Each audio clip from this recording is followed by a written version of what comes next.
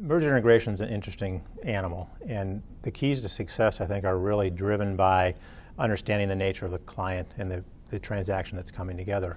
But I would tell you that the core piece of that is really going slow to go fast. And the reason for that is if you don't have the structure in place and you don't know who's doing what, where, when, and how, and if we don't have clarity of decision making, clarity of role, clarity of purpose, clarity of vision, clarity of strategy, then you run into all kinds of problems. If you don't know where you're going, any road will get you there.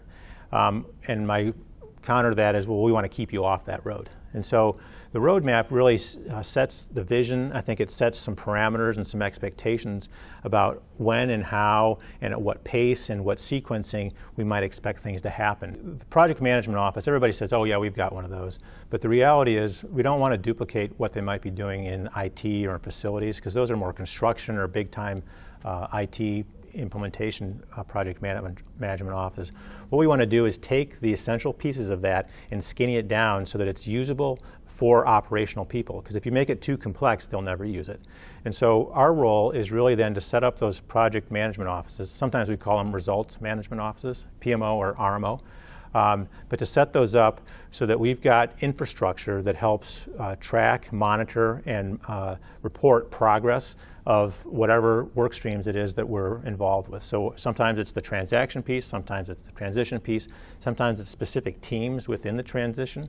You know, it could be clinical integration, it could be population health, it could be supply chain, it could be physician, or any of the above.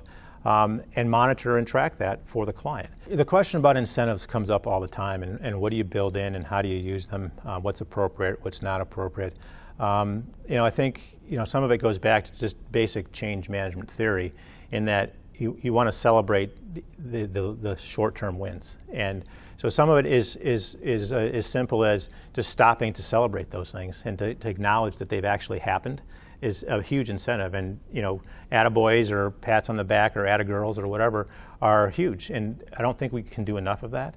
So that's one thing. But I would say that there are other incentives as well that you can build into, particularly if you're looking to drive the synergies or you're looking to drive ROI as part of your outcome, where you want to make sure that you're building in management incentives that in my mind, it's sort of not like I win, you lose, but you only win if we all win, kind of a thing. And so that those incentives are really based on everybody winning, and that if I do what I'm supposed to do, but somebody else doesn't do what they're supposed to do, then I don't get my incentive. And that's a hard nut to crack, because most of our healthcare organizations and most of corporate America is based on what do I do, where the outcome of an integration is really about how do we do it better. And so those incentives need to be we-based as opposed to I-based. Person who can do merger integration. And so it's important that the merger integration process becomes collaborative and collegial, and that we're pulling in skill sets and individuals from the various entities that might be merging together. And they don't have to be a one-to-one sort of fairness kind of thing, although a lot of folks do that. But it's a matter of making sure that we're getting constituent representation across the board, and that it's not a group of one or two people doing all the work, but it's a larger group. And that really serves two purposes. One is it gets a larger body of people involved in this change process, because that's really what we're talking about, is change. Because what we're doing is we're going from one or two or three or some multiple number of organizations to one organization. And so how do you do that? Some people are going to have to give up stuff. Some people are going to have to learn new things. And probably everybody will do both of those. And so to do that, you need everybody, as many people involved as you can. And so that's important. But the other part of it is that each organization that's coming together has value.